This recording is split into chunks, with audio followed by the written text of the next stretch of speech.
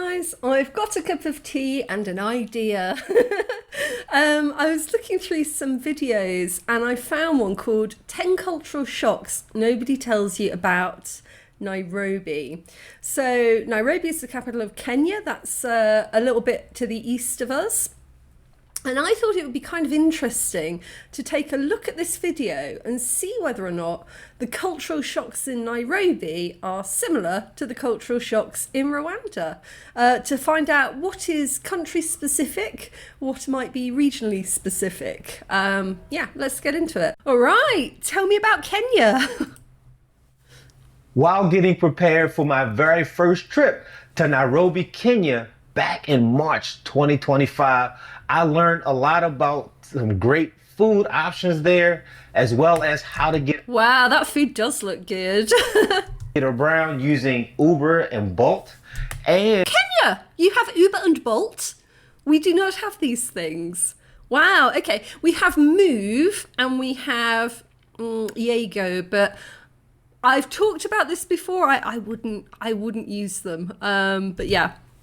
We don't have these. Not to mention the landscape of Nairobi, the capital city of Kenya, and how it all looks.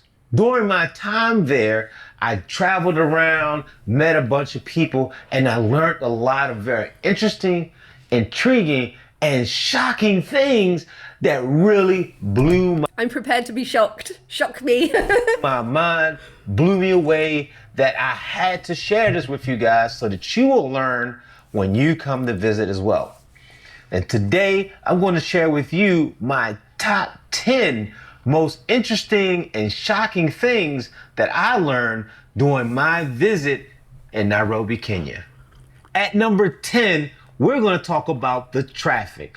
Now, this is a capital city and that typically comes with that, but the traffic here is absolutely insane.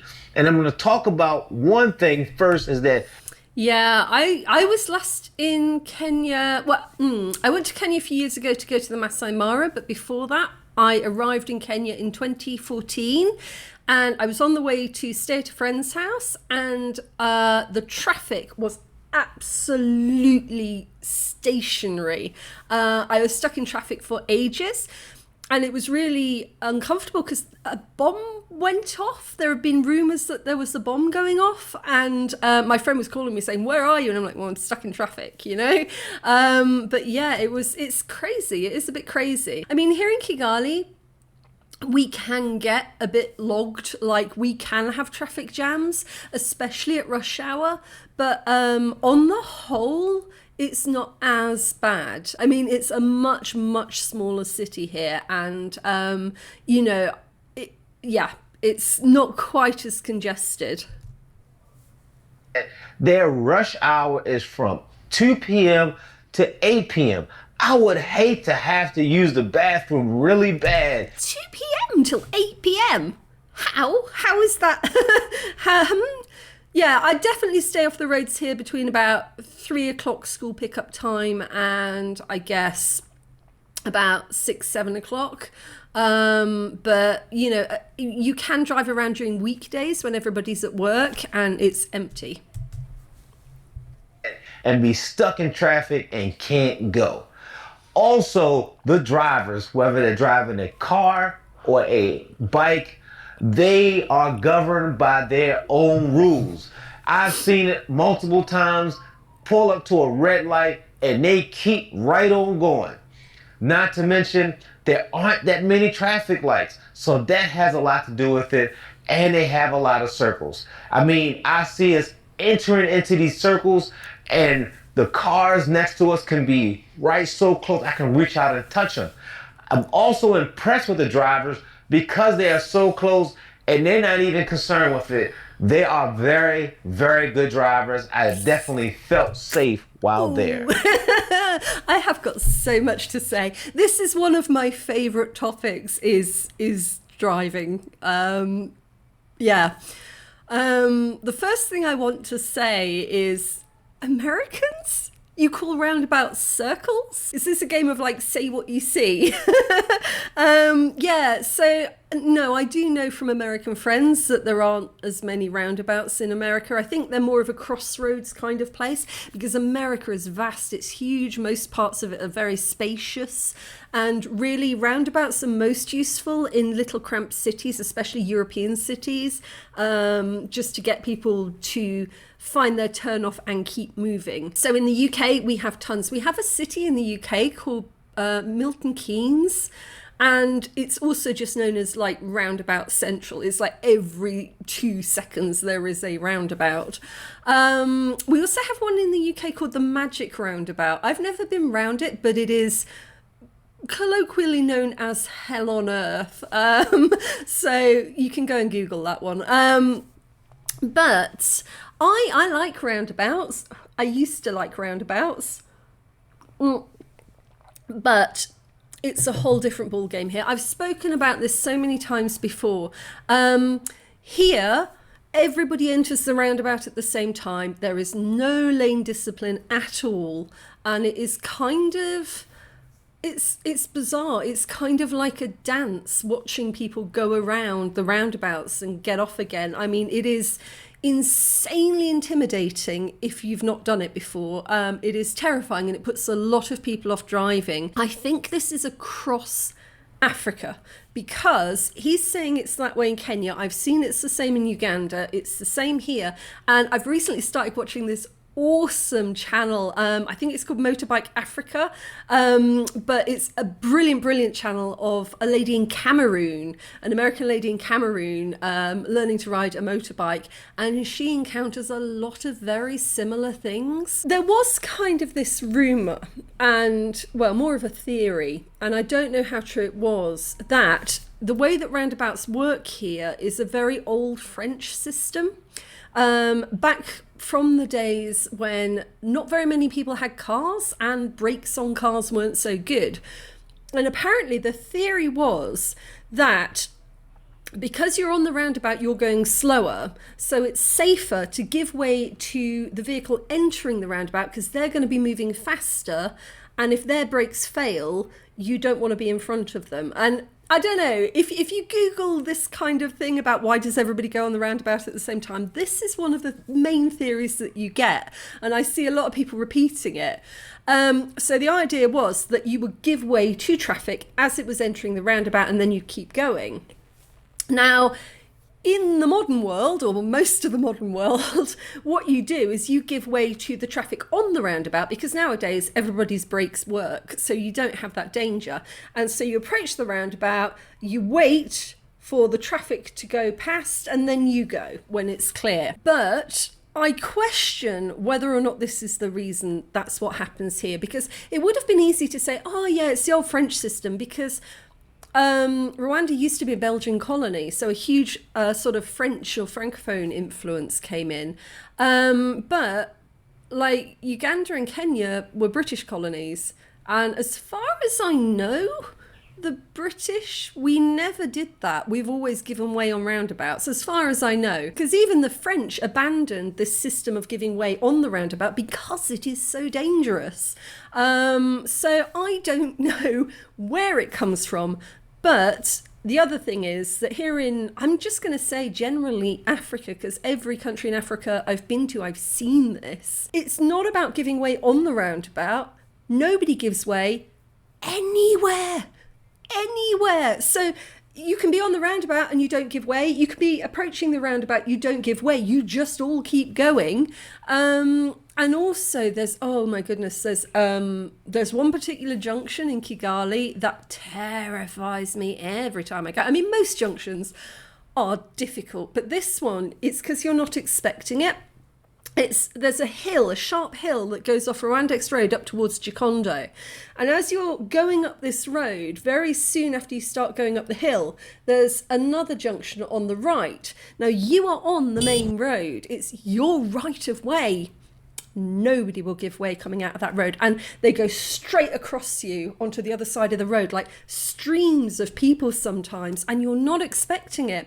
And that's what makes it really dangerous, because there are road markings, so it looks official. It looks like there are rules and regulations in place, but you can You can get yourself hospitalized incredibly easily. And I know I'm ranting on about this, but that's something what did he just say there about people being really good drivers? Concerned with it. They are very, very good drivers. I definitely felt safe while there. All right, I'm gonna go the other way on this one. I think because he's new, he's just arrived in Kenya for the first time this year, and I think there's definitely within all, especially Western foreigners, when we travel, there's a sort of a consciousness that, you know, you mustn't disparage people's cultures, you must be polite, and you must, you know, be on your best behavior. And I think that leads to a sense that you have to try to find a silver lining to this. You know, you have to kind of say, oh, but they're great drivers. You know, I felt very safe. Nobody's having an accident. But when you look at the statistics, people are dying unnecessarily in vast numbers on the roads. I keep bringing up this statistic, but I think it was 2020. Rwanda was ranked 15th in the world for road fatalities. You know, and I was put this into perspective because one of the craziest places I can think of to drive is India, and India is at number 90, and Rwanda is at 15. And most of those deaths were cars hitting pedestrians, because here as well you don't have much separation between pedestrians and roads. Most of the time you have no separation at all. You've got, you know, people, you've got children, you've got animals, you've got bicycles, you've got motorcycles, you've got buses, you've got cars, all sharing very, very narrow roads a lot of the time. So even though we drive incredibly slowly here, the fatality rate is incredible. So you might feel safe and you might look around and say, oh, everybody's a really great driver because we haven't hit anything. But the statistics don't back up that this is, you know, a legit way to drive. Let me just check something. So I just did a quick ChatGPT, googly woogly, and gosh, I am middle-aged. And it just reminded me that you have to be so careful how you phrase your question, because I asked it, which continent on earth has got the highest deaths, the highest motor vehicle deaths, fatality rate? And it came back and it told me that it was Asia. And I asked it to compare with Africa, and it said, well, I'll put the results up on the screen. So initially it came out that Asia is well ahead on road fatalities by a very, very long way. But then when you go down and you realise that the number of people that own a motor vehicle, or a car at least, in Africa is very, very low, whereas in Asia it's very, very high. So you've got more people driving. So it makes sense that with a huge population and a lot of people owning cars, that there would be more fatalities. But then I asked the question, I rephrased the question, which continent is it per percentage of population? And when I did that, Africa came out ahead. So Africa still has the highest share of deaths per person. Yeah. So, I mean, it's dangerous to drive here. It really is. And I think it can be a little bit of a sort of a foreigner's kind of folly to say, oh, well, no, it's just people's way. You know, it must be perfectly safe. And look how well people are coping with it. They're not coping with it. People are dying. Sorry. I don't mean to go on about this. I'm not like the kind of world's road safety ambassador, but it's so avoidable if people would follow the rules of the road. But anyway, and also I have become a worse driver from being here. It takes time when I go to the UK to remember how to be a good driver again. Because you do, human nature, you see other people doing something, you kind of join in. I mean, there is a freedom to it. It does feel free to be able to drive like that, but it's hair-raising. Anyway, enough blathering on about the state of the driving. But it's a shocker. It is a shocker. At number 9, we have the people. The people there in Kenya that I came across were all so nice, so pleasant, and so helpful. If I needed anything or wanted anything, they were more than willing to assist me along my way, which made me feel extra comfortable and very appreciative of how things were. At number 8 has That's an interesting one. I think as well, when you go somewhere as a foreigner, as a tourist anyway, you've got that kind of what do you call it, like a sparkle in your step. You're looking for it to be a good experience, and you're expecting it to be a good experience. There's definitely very big differences, cultural differences between different countries in East Africa. I've heard that Kenya is very friendly. I've not spent a huge amount of time there, so, I don't know. I found Uganda pretty friendly, a nice place. But there is something in Rwanda called the Rwandan Reserve, and it is known in the region for not quite having that same relaxed vibe. One thing people talk about continuously when they come to Rwanda is the staring. It comes up in almost every cultural shock video about Rwanda. There's a really hard stare, and everybody stares at everybody all of the time. I've been here for so long that I just block it out. I'm not that aware of it anymore. But yeah, you do hear it. Is people look unfriendly. They'll kind of stare at you with a hard frown or a hard gaze. And I say that the minute that you smile or you say miliwe, like good afternoon, or amakuru, how are you, people break into this smile, and they are helpful and they are friendly if you ask somebody, but that stare kind of makes you hesitate to do so. I've been in so many situations in Rwanda, like car broken down, or I've been lost, or I've been trying to find a bus, and people will come and they will help me, and they'll make sure that I get to where I need to go. That really friendly, but that initial kind of reserve, I think it terrifies people a little bit if they haven't been here before. If you meet people from DRC, if you meet people from Burundi, you know what they think about you immediately. It's like if they like you, it's like, hey, and if they don't, it's like, you can tell where you stand with people. But in Rwanda, there is very much a stoic, don't show emotion kind of approach to life, and it can make it very hard. Even when you've known somebody for a really long time, it can be really hard to know what they actually think. It's an interesting one. But here, staring comes up a lot. But know that it isn't really a reflection of what people are actually thinking. And if you do interact, and if you kind of put yourself forward, people here are really friendly and helpful. Has been my experience. I don't think I would have lived here for as long as I have if it wasn't. So we're on 8. At number 8 has everything to do with finding where you're going.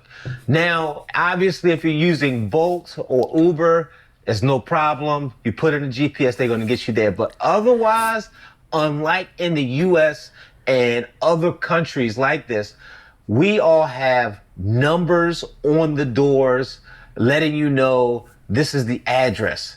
We have zip codes or some type of code letting you know this is that particular neighborhood. Unlike in Nairobi, they don't have no numbers. They don't have no zip codes. All they have is the name of the place, the street that it's on, and the neighborhood it's in. So it could be anywhere along that street, and you're going to just kind of have to find it if you're not familiar. Now, if you're getting transported there, then it's a whole lot easier. I thought that was very interesting and kind of crazy to me because I'm just used to the way that I've been taught about having an address on the building. Also, when it comes down to the apartments and a lot of the buildings inside, all the interior doors, which I thought was pretty interesting, have their own key lock to lock interior doors, which is definitely... Oh, yeah. I'll come back to this in a moment. Let me just talk about the address thing first. Yeah, that is a regional thing. I didn't know that that was the same in Kenya. In my head, I think of Kenya as being quite an advanced kind of country. And so I kind of just assumed that they would have like street numbers and house numbers.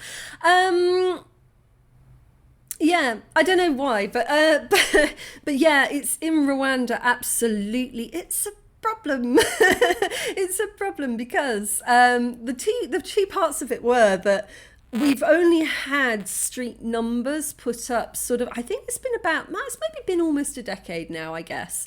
I don't know exactly when, but then in order to have a house number, you had to pay something like 10,000 to get like a number for the front of your gate. I keep thinking I should just paint a number on my gate because nobody else has got a number on their gate. So if I put a number on my gate, I'd be the only number on the street. At least people could find it. I mean, there can't be a law against putting a number on your gate, surely.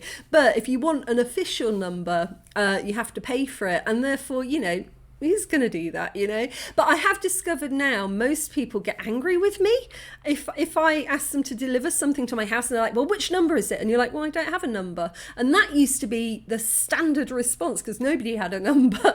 But now people are like, oh, well, it's like now it's getting more expected that you should have a number. But the problem is that there are streets here, like you're going down it, and the numbers are not in order. So I won't go into this too much because I've spoken about this in my video about tips on arriving in Rwanda. I've spoken about this. And yeah, there've been other videos where I've spoken about this. But what he said is that, in most Western countries, you have a postal code or a zip code in America. And the reason that you have that is because we have door-to-door postal delivery. We have an entire postal service with like hundreds of thousands of posties, which we call them posties. That's somebody who goes to deliver your mail.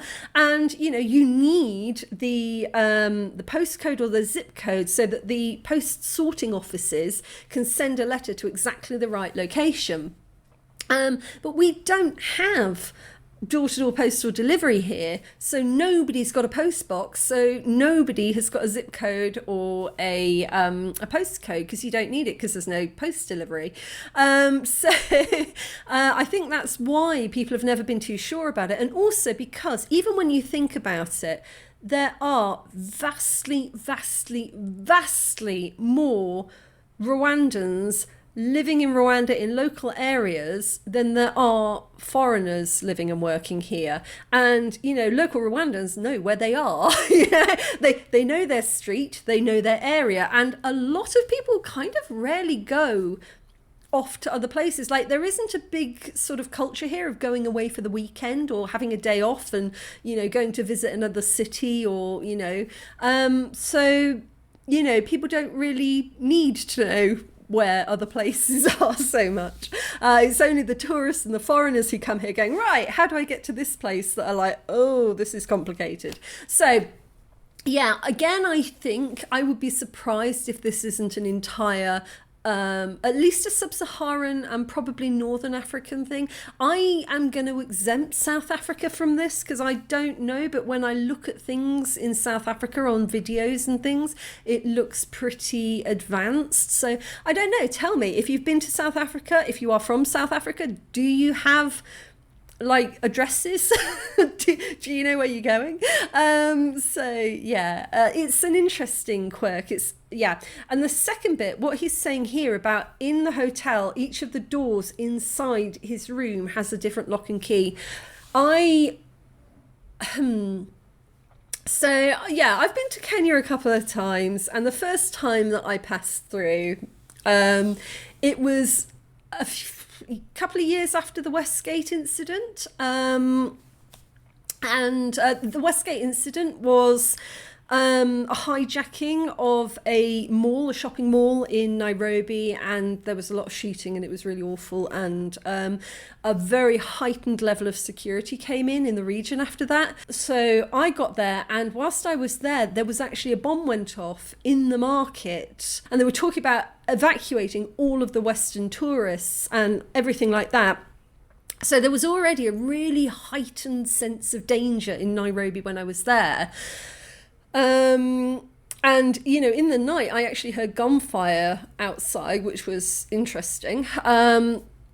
And a guy down the road got robbed. I mean, it was weird. It was an interesting experience. Sorry, I need to explain. For British people, we have different ways of saying the word interesting. It can mean, oh, I'm genuinely interested in that, tell me more. Or it can be shorthand for, yeah, no, that was weird. You know, oh, that was interesting. It's a very polite way of saying, wow, that was weird. Or that was unpleasant. And something that was interesting at my friend's house was you went into the living room and then there were bedrooms at the back and a bathroom at the back. And between the living room and the bedrooms, there was a metal gate, exactly like my garden gate that separates the front of my house from the back of my house.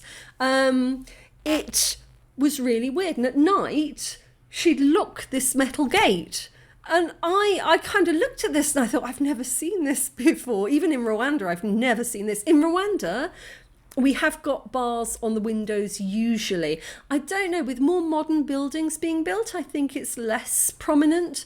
But definitely all of the traditional older houses like mine have got bars on the window. But we don't have gated, locked, barred things inside our house, because that would just feel a bit weird. But in Nairobi, they do. And to be fair, it was a very posh part of Nairobi. When I stayed with my friend in a posh part of Nairobi, they had these inside lockable doors and gates. But when I stayed with my friend in a much poorer area of Nairobi, it was a bit more relaxed. And she said, yeah, you know, if anybody's going to go and rob somewhere, they're going to go to the rich area. They're not going to come around here. So fair point, fair assessment. Yeah, so I share his kind of befuddlement there at indoor lockable gates and Not barriers. common from where I'm from. Coming in at number 7, and we're going to stay with those apartments. And the interesting thing is that all the apartments come with washer hookups, but for the majority of the ones that I came across, they did not come with a dryer hookup, which I thought was interesting that they are not coupled together. What I learned is that most of the time they'll have the washer, and if you want your clothes to be dried, you have to carry them to the roof of that apartment or hang them outside. That's kind of the same in Spain. Like, I mean, south of Spain, my friends there, they have a washer but no dryer and you hang it up. I have got a washing machine and no dryer, but I've got a top-loading washing machine. So my hookup is literally a pipe in the ground. I mean, the weather here is generally fantastic. So if you wash your clothes, you just put it outside and it dries. If it's raining, I hang them over the mosquito net frames indoors. I don't know, if you're living in an apartment in Nairobi, I guess that would be a bit annoying if you had to kind of go and share the drying space with your other sort of cohabitants. Like you can wash your clothes, but you can't dry them. But I mean, get a clothes horse. I mean, if you hang it up in your apartment, it's going to be dry in like a couple of hours, surely. And mind you, then again, it does get quite cold and rainy in Nairobi. I often forget Nairobi is higher in altitude than Kigali, and it can get cold there. And yeah, so I don't know. I mean, for me, I've never had a dryer in Africa, and I've never missed one. So I guess for me, it's not something I would have noticed, but On your balcony for them to air dry. That's where it goes. I thought that was kind of weird, kind of crazy, surely based off of what I'm used to. At number 6. I have to say, for me, I much prefer air drying clothes. I think that they smell better. They feel, I like air drying clothes. Like my mum in the UK when I was a kid, I mean, even still today, if it's a sunny day in the UK, which is quite rare, she will put the washing out on the washing line instead of in the tumble dryer. Yeah, I don't know. At number 6, we're going to talk about their ride sharing system. Now, they work by Uber and Bolt. I typically chose Bolt because it seemed like it was a little bit more reasonably priced versus the Uber. I'm going to say I am feeling my age watching this. I have heard of Uber, but until we did the video about the American couple who came to Rwanda, I had never heard of Bolt. He said he couldn't even get a Bolt, and I had to go and Google that to find out what Bolt was, because I've been out of the UK for so long, I've never heard of Bolt, but it's the same as Uber apparently. But here's my issue. Here's the shocking thing. It was one evening I was out at Mwembe having dinner, and it was late. Mwembe is in this central business district, and where I was staying at was in Lavington, and I was calling for rides, and I had about 5 or 6 of them accept the call, and then they never showed up. I'm just like, what's going on, you know? You know what? I'm going to skip over this one because if you've been watching this channel, it's bad here. We don't have Uber or Bolt, but the same thing will happen. Go and watch that video about the American couple who came here because they had such a similar story. They were trying to get home from Kigali Heights, and they got hold of the taxi guy and he just never turned up. So it's really, really common. Go and check out that video. We'll skip through this part. Coming in at number 5, we have the M-Pesa. The M-Pesa is a term that relates to the exchange of currency by the mobile app. And this was all by Safaricom. And I think he's talking about mobile money. When I was there, I'm riding around, I just see Safaricom and Pesa. And after a while, I just had to ask someone about it. And this is a very intelligent system where locals can exchange money, buy things through the credit card app, where it's no delay. Once you send it, it's there. Very similar to what we have. Credit card app. Okay, I'm curious because we don't have M-Pesa here. I've heard of it, but here we have mobile money. Airtel's got one, but I don't know how many people use that. But MTN, Momo, is the one that everybody uses. And basically, it's like a PayPal wallet. If you've got somebody's phone number, you can send them money, you can receive money. You can, using Remitly, you can transfer money from your bank account in the UK or wherever you're coming from, direct onto your phone here if you've got a local SIM card. So it's actually worth setting up because you can be trapped in the middle of nowhere, in the middle of you can be in the middle of nowhere and people aren't accepting your card, or they accept card but the network's down so you can't use it. Maybe you haven't got any cash in your pocket, but if you've got Momo, you can still pay. Everywhere accepts Momo because you can pay to businesses using the business code, or you can just pay to individuals using their phone number. I've done a separate video about how Momo works. The only thing is, it is complicated as I can't think of a polite word. It's a fix for a problem that I guess we don't really have in most Western countries, because in most Western countries you can use your card online for anything, you can tap and pay, and everybody's got a point of sale machine, or you're paying with PayPal. If you've got somebody's email address, you can send people money. So I think we do have more mobile money options in the UK and places now. I think Remitly, not Remitly, is it Revolut? There are different apps, but it's quite complicated here because in order to use Momo, you have to type in all of these codes. We love entering codes here. You have to enter codes to top up your electricity. You have to do codes to send people money. And sometimes these codes, an entire phone number, if you get a digit wrong, or if you put in the wrong amount,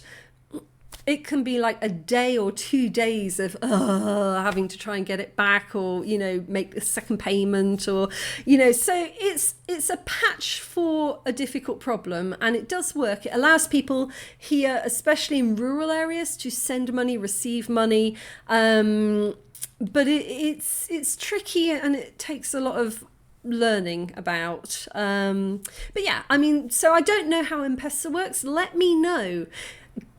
is M-Pesa easier than mobile money, or is it exactly the same thing? Have in the US is Zelle, except for they could actually buy things with it in that moment.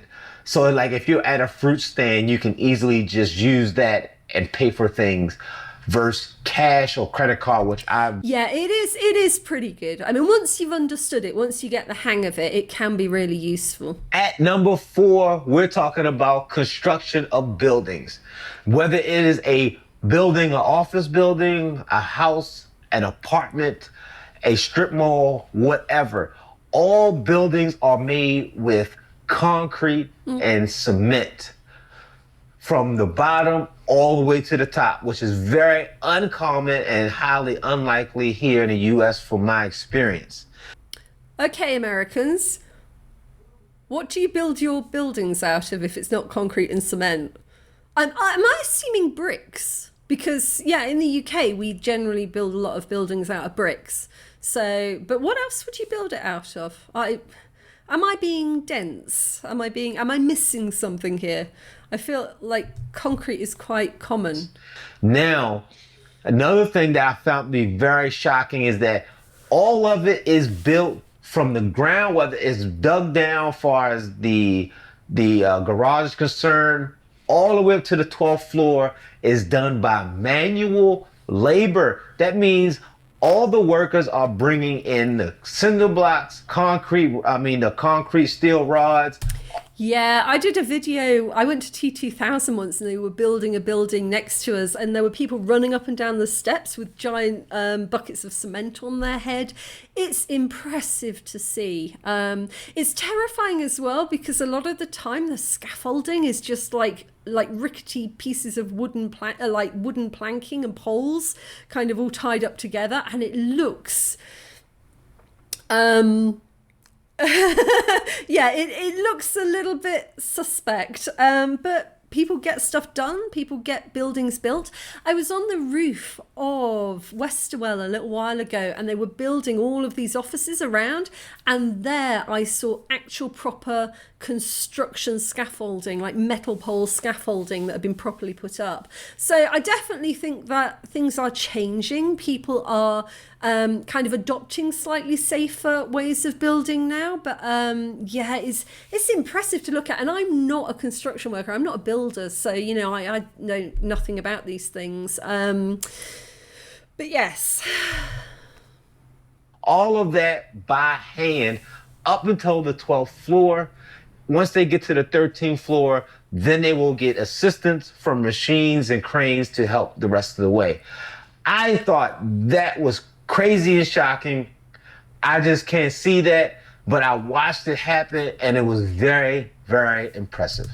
It is very, very impressive. And also I like videos like this because it reminds me that things like that are very, very impressive because, you know, I'm doing a series at the moment about when I first came to Rwanda in 2007, and I'm going through my diary at the time, and I haven't quite got to the part where I first arrive here yet. But when I do, one of the first things that hit me out of nowhere, like something I was not prepared for, something that just absolutely blew my mind, was the first drive from the airport to my accommodation and seeing a woman walking down the road dressed in kitenge with a giant basket on her head. And I just did like a double take, like, what moment? Because, you know, I've never seen anybody carrying anything, certainly not that large, on their head. And, you know, now it's like, yeah, people carry things on their head, and yeah, people put up buildings with wooden scaffolding and carry the equipment, you know. Now it's all perfectly normal to me, and because it's perfectly normal, there's no kind of sense of amazement or wonder surrounding it. So I like watching videos like this because it kind of brings it back. It's like when you've got somebody visiting for the first time and they haven't really been in Africa before, and just seeing their reaction to things and remembering what your own reaction was and kind of getting that sense of joy again of just, you know, how interesting and, you know, yeah, different things are. Here we are at number 3, and this is all about the interior of homes, whether it's a house, an apartment, an office building. When you walk inside, you will not see any vents because they do not have central air conditioning or central heat where you can go to the thermostat and turn it and it just fills up the whole space. And that is because what I was told is the temperature. In the summertime, they don't get no hotter than roughly around 91 degrees Fahrenheit. And in the wintertime, they don't get any colder than roughly around 58 degrees Fahrenheit. And what I'm gathering is that they don't feel that it's necessary. Now, that's very shocking because that's what I'm conditioned to. But on the flip side, it definitely saves on energy costs and utility bills. That is such an American thing to notice. Yeah, that's such an American thing to notice, the lack of air conditioning. I mean, I'm British and we are behind the times in the UK in that respect, is that I never grew up with air conditioning. Like, I don't even think hotels in the UK ever had air conditioning when I was growing up. So air conditioning is just not something that I'm familiar with. But central heating is, like in the UK, you would die if you didn't have central heating in winter. People do die of cold. But I've never had air conditioning or central heating here. Well, like he said, you don't need central heating. It never gets colder than about 17 degrees here. So, you put on some slippers and a jumper and you're fine. Whereas for the heat, actually my house, when I'm inside my house, it's pretty cool. It's cool in here, even on a hot day. It doesn't get unpleasantly hot in here. I do know that some people, when they come here, they worry, they think, do I need air conditioning? My friend has a car with air conditioning, and I have to admit, it is kind of nice, if you're driving up to Giseni on a really hot day and you can close the windows and have air conditioning, it's quite nice. But for me, I've never grown up with air conditioning, so I find it dries out my skin, and I'm not a huge fan of it. I can't sleep very easily with air conditioning on. Because I tend to get too cold and then I turn it off and then I'm too hot. I had this in Morocco when I was in Fez, and it was either boiling hot without it on or it was freezing cold with it on, and I couldn't find a happy medium. Yeah, I mean, I live very, very comfortably without air conditioning, but that's me. Yeah. At number 2, we're going to talk about security. And the security in Nairobi, Kenya is next level. It is top notch.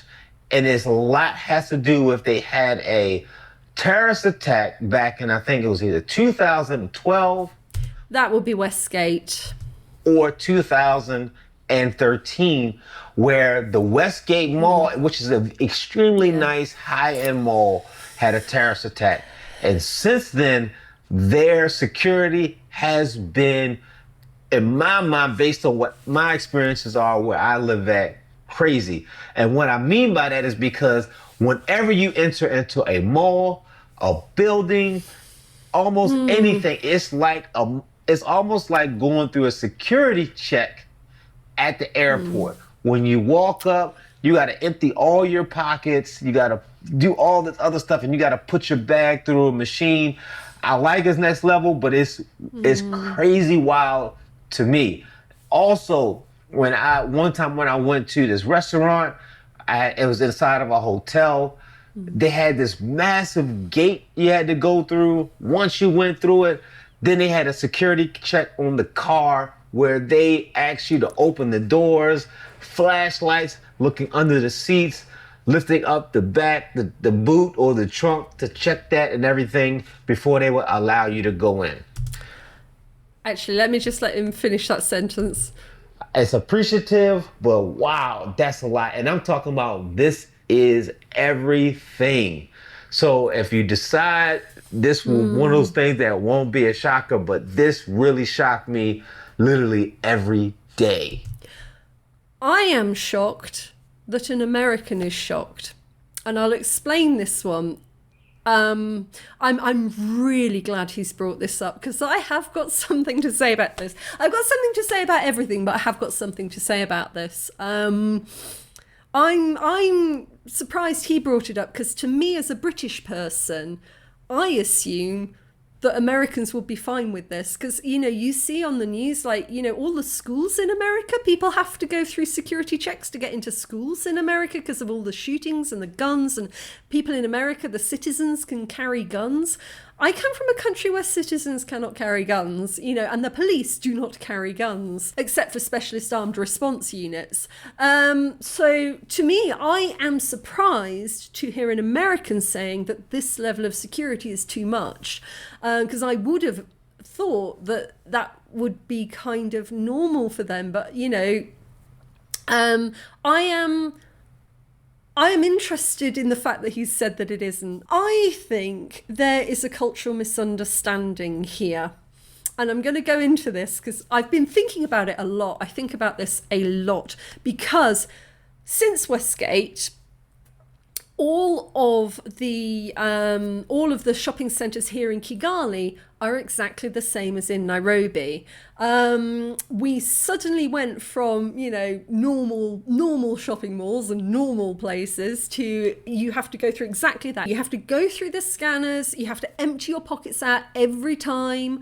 If you're driving into a hotel or a shopping parking place, they get out the mirror and they check underneath your car for bombs, and they open up your boot. And I'm not kidding you, the number of times I've emptied out my pockets and forgotten to pick up my house keys as I left.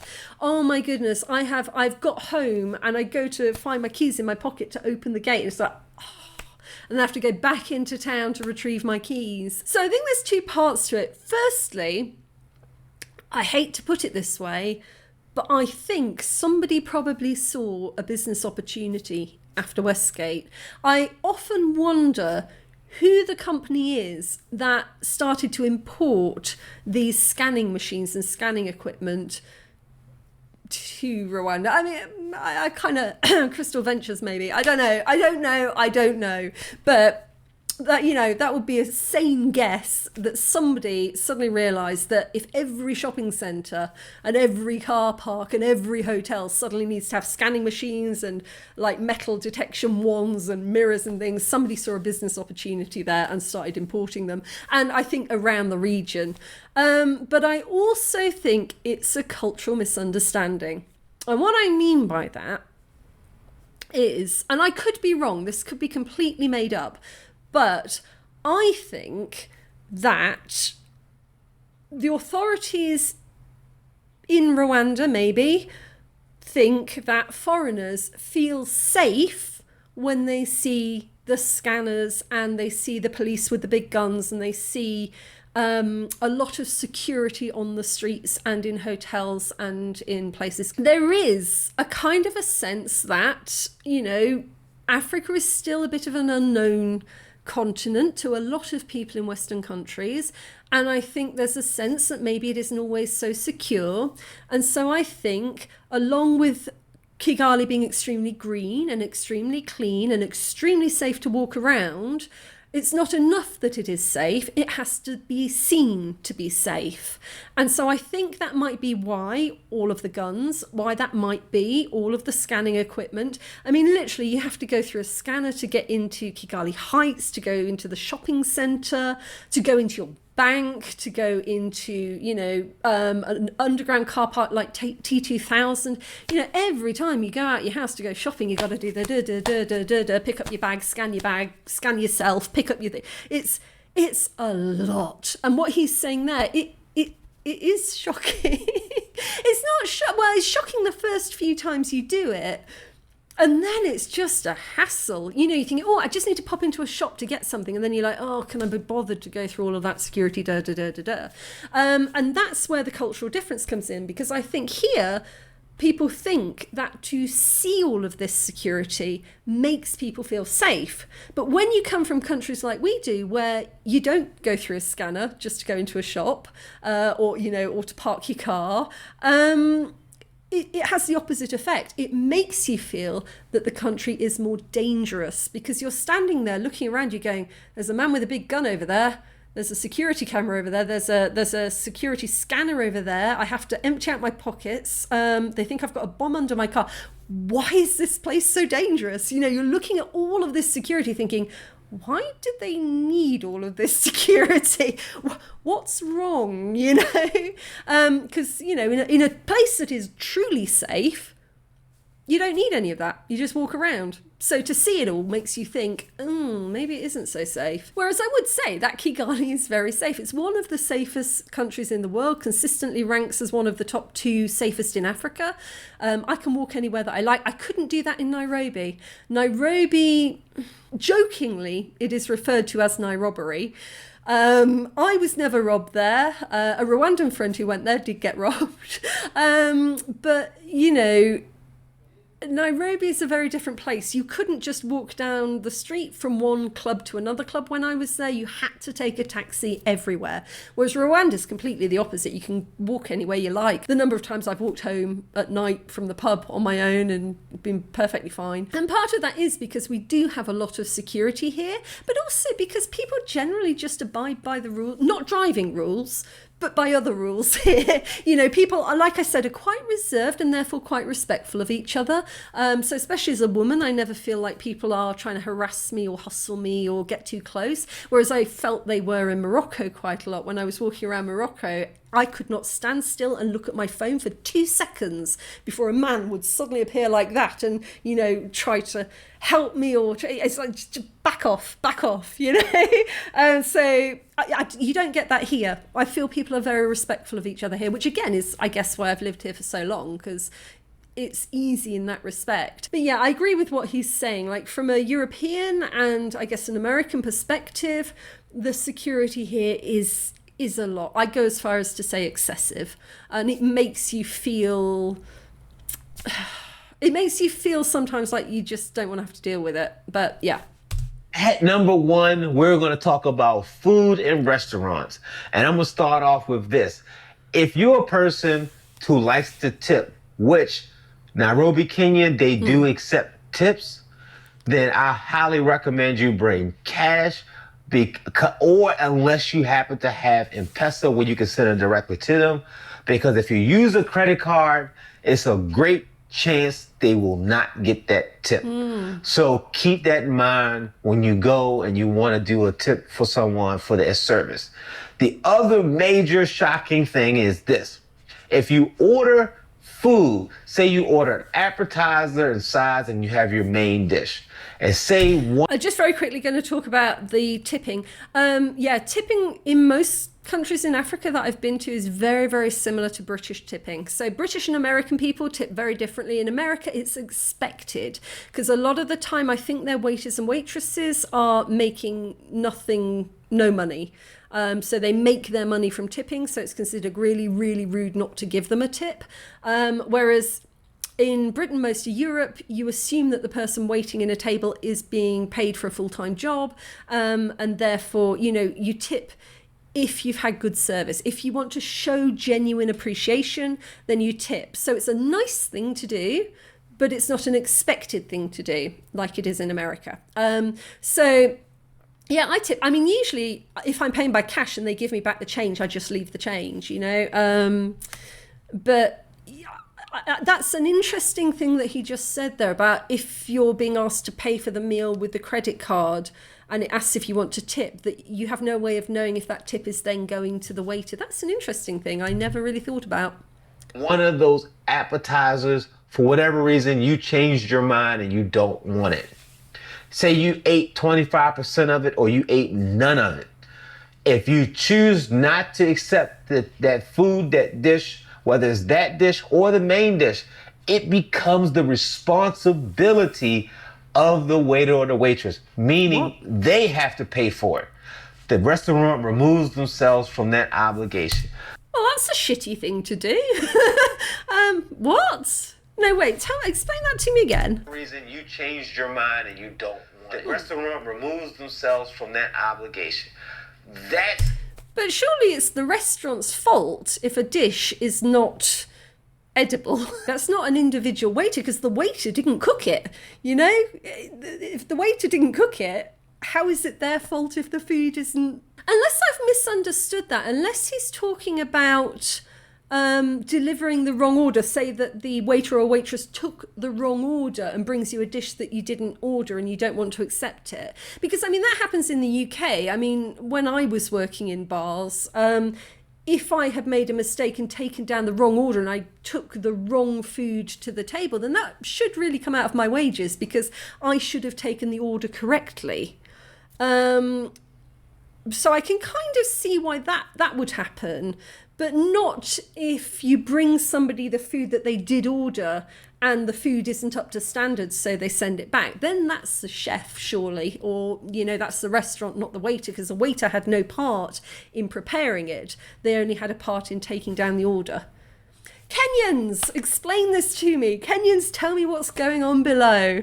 Yeah.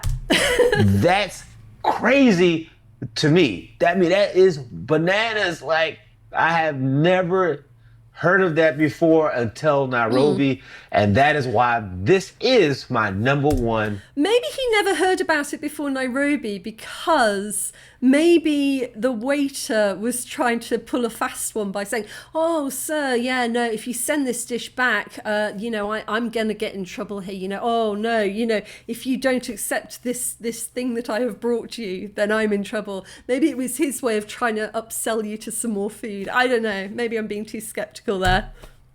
Well, guys, those are my shocking things that I learned while in Nairobi, and it very well could be some other things. So when you go visit and you capture all of these, you will be better prepared than what I was when I first went. Thanks for watching, and allow me to bend your ears a little bit. Until the next video. That was fun. That was really interesting. And I do feel like there's so many similarities, especially between like security and driving. There are so many similarities with Rwanda. I think it is very much a regional thing. So I think those tips are really useful if you're traveling in the East Africa region. If you're living outside East Africa, if you're in West Africa or North Africa or South Africa, tell me how many of those line up with your experience as well. Like, are these things sort of Pan-African things, or are they quite specific to the East Africa region? Let me know below.